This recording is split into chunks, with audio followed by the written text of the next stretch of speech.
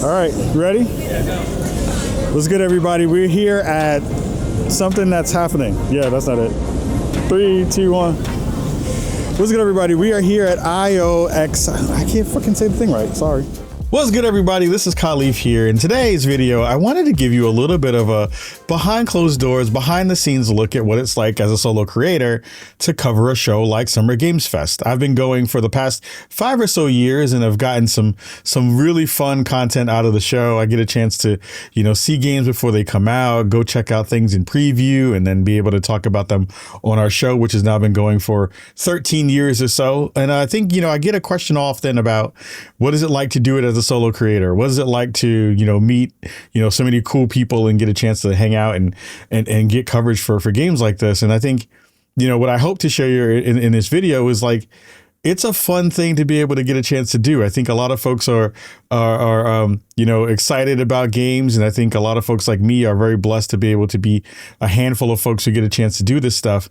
And I get asked all the time from folks about, what is it like? So I hope you get a good glimpse and an understanding of what it's like through my eyes for a couple of days at the show. We're going to jump right in and I hope you dig it.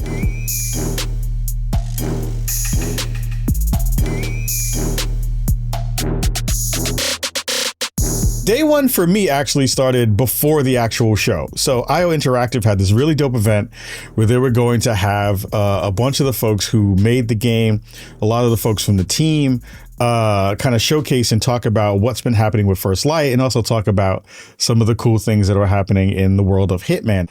I love these events because they really go all out. They set it up in these really cool venues. They had this crazy wild Aston Martin here showcased out front of the building.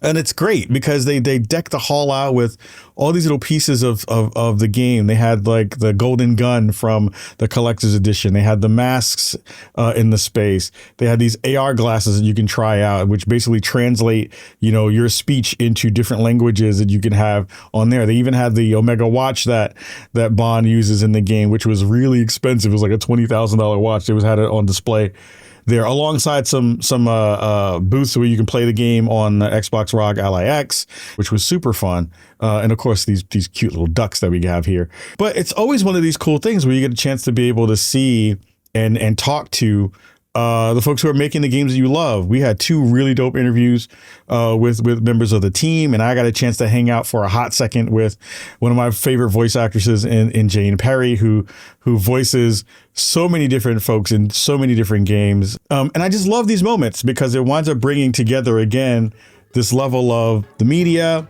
the press, influencers, and the folks who are again making these games as cool as they possibly can be.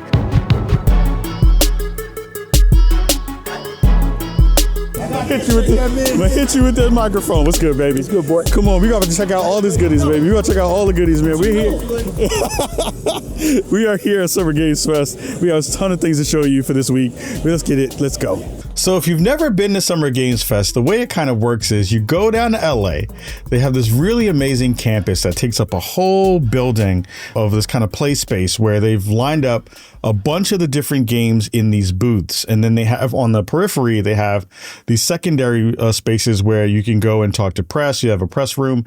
You can go check out stuff there. And they have a lot of behind closed doors activations there. But you're kind of in this main hall if you're checking out most of the games to kind of start off. And in day 2, for me, it was a lot of those games while also getting a chance to see some very specific things that I had as appointments. So we got a chance to check out things from our friends over at Saber Interactive, which they continue to do really cool things in their spaces. I love what they did for the games that they had to show during Summer Games Fest this year. They had Turok there. They had the new Hellraiser game. They also had the new Stuntman game. So if you're a big fan of that old franchise, this is now coming back and getting a chance to see that stuff was cool. So getting a chance to, see how they deck those places out. So Turok was kind of this jungle theme. And then Hellraiser had kind of almost the BDSM chains on the wall, you're in hell kind of space. And then Stuntman was in a really kind of like tight space when they had like some accoutrement of things that were kind of related to driving and racing and stuff. And I love when teams go all out and do that stuff. And I even got a chance to check out one of the Hellraiser boxes, which I've been dying to find one for real in real life for a long time. So I've been excited about those things. But the cool things about these events is that you never know who you're going to be near. So I'm hanging out and playing the game, and then I look to my right and Jacksepticeye is there. He's playing the game too. I'm like, hey, that's one of my favorite YouTubers. That's cool to see him here hanging out and doing fun stuff in those spaces too. So it winds up being these really fun moments that are matched up with a lot of work. Like, I think people forget how much work goes into covering a show like this. And at the end of it, you know, I love those little stations where they do fun little interesting things. So they had this one moment at the end where they make this drink that's a Hellraiser drink. So it's supposed to be like them taking your soul and putting it and infusing into the drink. I think it was good. I think it was pretty tasty. I'm not going to front. It did stain my hand and it stained my gear because it was cool because I had charcoal on it, but it was really, really cool.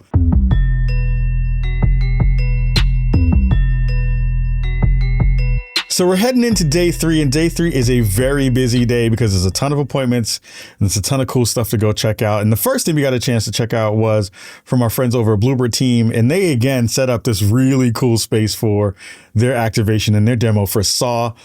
You know, this asymmetric game that I'm, you know, as a big horror fan, really excited for getting a chance to see what they did. And they really did it up with all the monster gore in the space. You know, they made it look like you were hanging out in a jigsaw puzzle space, and then you had all the kind of decapitated hands and stuff and all the weird things in that space. And then you go watch a video game video about like what's going to happen for the game that's there. So we checked that thing out, and then we head back to the campus, and I had a really fun appointment with our friends over at TCL. So they were the main sponsor for all the monitors and TVs that the games were being played on this year. The cool thing about TCL is that, one, their brand has always been great. I have a TCL TV in our second studio here in the basement. I've been working with them for a couple of years, but they are always innovating. And we got a chance to check out one of their new gaming monitors and got a really cool demo of, you know, how they're thinking about, you know, making true to life colors, how they're thinking about latency, how they're kind of really making their monitors and their full line really good for folks who are wanting a game on it. So we got a chance to check out some goodies there during my time at their booth, and got a quick demo and a tour. And then I went to go check out our friends over at Remedy and Control, which, man, again, I am so high on this game. This is going to be one of the games that I've been waiting for a long time. So getting some hands on with that was really, really dope and a lot of fun. So we're walking around and hanging out. And, you know, the fun parts about doing this stuff is like you just kind of walk into people and you say, you know, you run into the conversations with people. And we got more discussions around Control in that game. But the big thing for that day was heading out to a whole other part of LA. So, you know, one of the hard parts about covering the show is travel. You know, things are kind of located in various parts of LA, and the Play Campus is in one part of LA, and the Xbox venue that they were having it held at the Academy Motion Pictures, it was all the way across town. So I had to book it over there to go check out some of our behind closed doors appointments, while also FanFest was going on over there, which was really, really dope. And it was cool to see so many fans come through, so many folks who were really excited. And also they had these really cool activations where they kind of walked you through the lifetime of Xbox, with Xbox 25 coming up, their 25th anniversary coming up.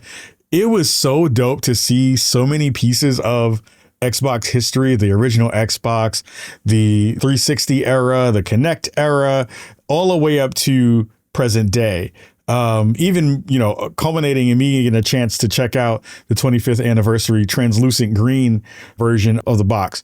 I also, of course, got a chance to check out a couple of games. So I got a chance to check out my favorite game, which was my game of the show, even though I didn't get a chance to actually play it, was Fable. Man, go check out the content around Fable that we did. But really quickly, that game is going to be a monster. Like, people don't understand how good that game is going to wind up being. So getting a chance to see that a little bit earlier and getting a chance to see how cool that was. Man, I think Xbox fans have some fun stuff coming towards them and for them very, very soon. So then, you know, we shot it down. We knocked all those things out, had some great interviews with some dope folks. And then, you know, we set off to get it ready for day 4.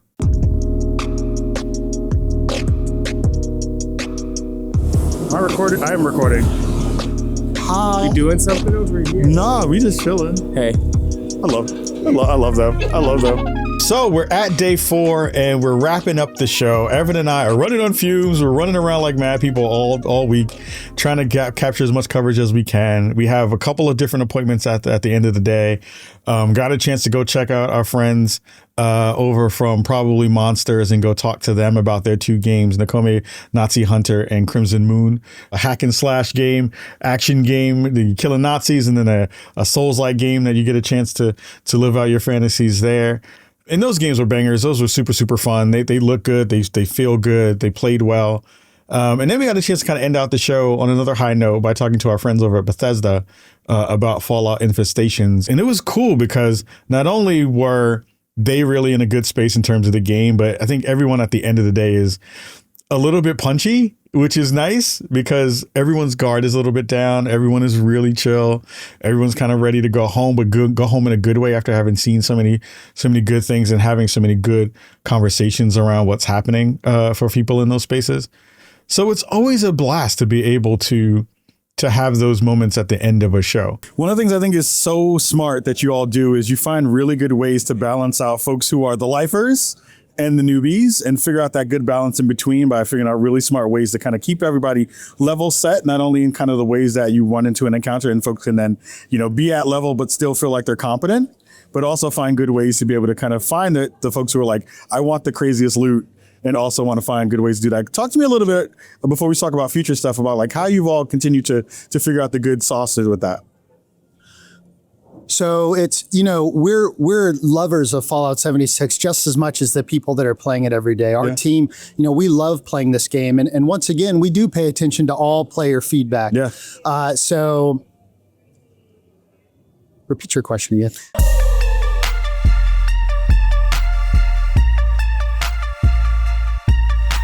And at the end of a show, you kind of sit back and you reflect a lot, right? I think, when I sought out to kind of do this blog video, one of the things I wanted to kind of show is that I get a lot of love from folks around the industry for the work that we get a chance to do here that I think is smart and relevant, and I think is trying to do something that is kind of not the norm anymore in the gaming industry.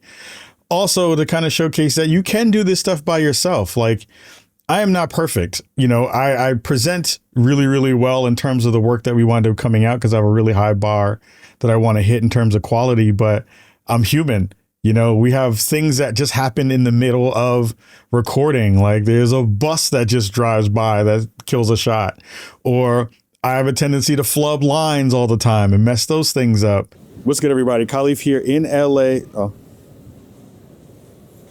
The baby. What's good, everybody? We just came from seeing the Godzilla game, the newest game from Atari.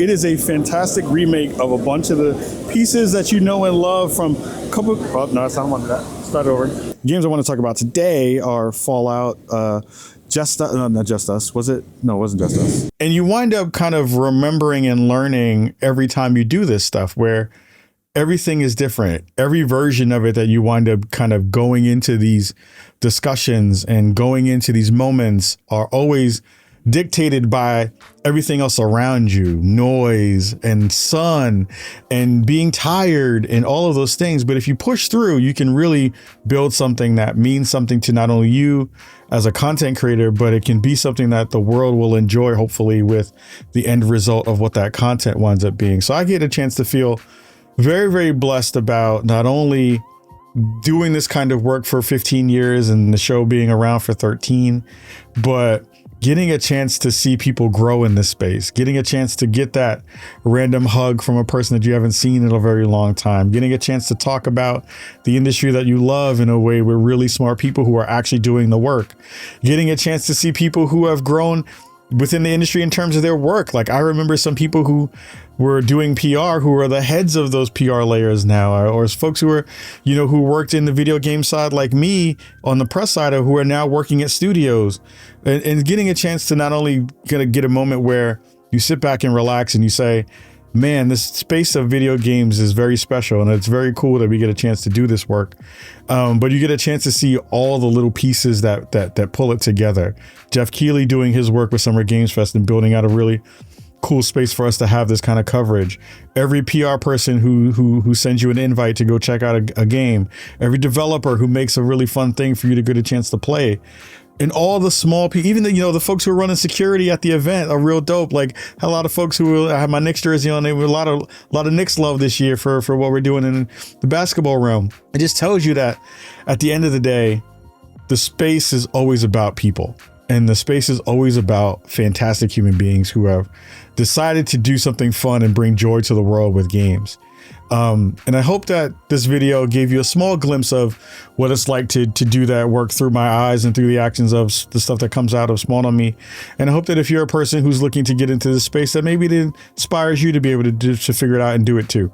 Because there's space for all of us here, and there's space for all of us to kind of figure out what we want to bring to the world and what we want to bring to our content. So I have to give massive love to our team, Shola and Evan, who are rocking it and killing it.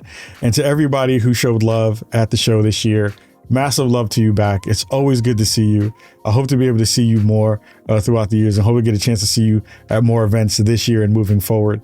And thank you to everybody at home who continues to push me and continues to find good ways to share good words about the work that I get a chance to do. It's a lot of selfless work. I've chosen to do this work. I'm trying to get bigger and trying to grow and trying to find good people to align with and collab with and do good stuff with. But it's nice to be able to see that not only do we have a video game friendship in the world, but we also have video game friends that we get a chance to see and hang out and do something that is very, very cool on the planet. So I hope you had fun watching this. Let me know if you want to see more of these from other conferences that I get a chance to do and go to, and leave some stuff in the comments. Leave some good words in the comments about what you thought about this kind of peek behind the curtain of how this all works. So I hope you have a wonderful day. I hope you have a wonderful time playing games, and I hope to see you soon. Much love. Peace.